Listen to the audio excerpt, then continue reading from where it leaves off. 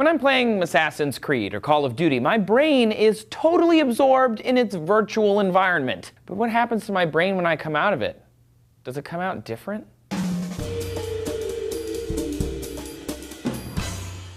Hey everyone, thank you for watching DNews Today. I'm Trace. This week, we humans will spend 3 billion hours playing video games. This week, 1.2 billion people play regularly. 99% of boys and 94% of girls under 18 lock their eyeballs on a video game, quote, regularly, according to game designer and author Jane McGonigal. That's an incredible amount of time living in what amounts to an alternate reality for the brain. A study from the Proceedings of the Royal Society B that came out last December looked at the brains of gamers while playing and offer another alleged turn in the thumbscrews of action games. Their study found that video game players have a less robust striatum nucleus, a part of the brain that constructs an internal representation of the outside world. Essentially, games aren't helping people learn to map the real world out here. Action gamers are using something called response learning instead of the more advanced place learning. To simplify, imagine you're trying to get to your familiar place, like your friend's house or a favorite restaurant. Response learning is when your brain creates a map using landmarks. But place learning is an advanced internal map, so you know to turn based on distance and direction, not just like that there's a McDonald's right there.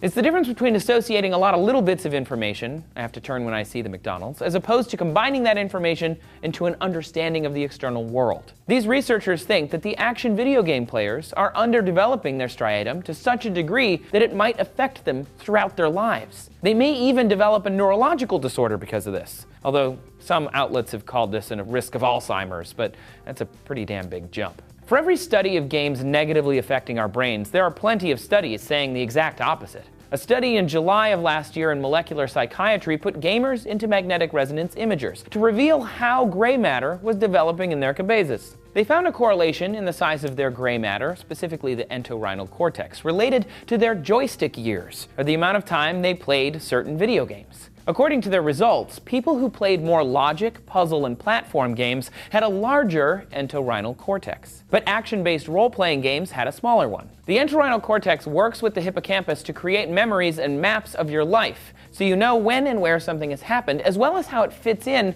with what happened the day before or the last time you met that person. Another study in that journal from February of the same year found similar results using games like Commander Keen and Super Mario 64. Basically, science is saying platformers and logic games are great for your entorhinal cortex, even while action games kinda aren't. That being said, however, the hippocampus and gray matter in all video game players had added brain plasticity overall. Plasticity is the ability for the brain to adapt and change their neural pathways. More plasticity is better.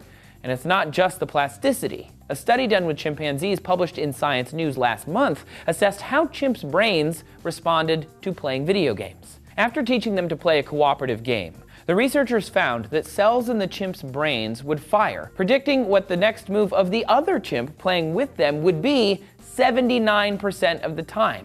These chimps understood what was going on in the brains of their co-op players. We know that video games change how our brain works, but whether that's good or bad seems like it changes when new research comes out, which is every month. We cover this research all the time.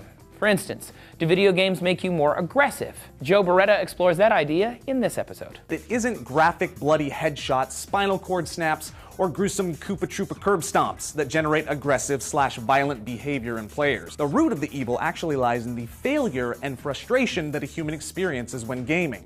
Do you think video games are good or bad? Obviously, they're changing our brain constantly, but you can tell us your thoughts down in the comments. You can also subscribe for more DNews, and please come follow us on Twitter as well. We're at DNews.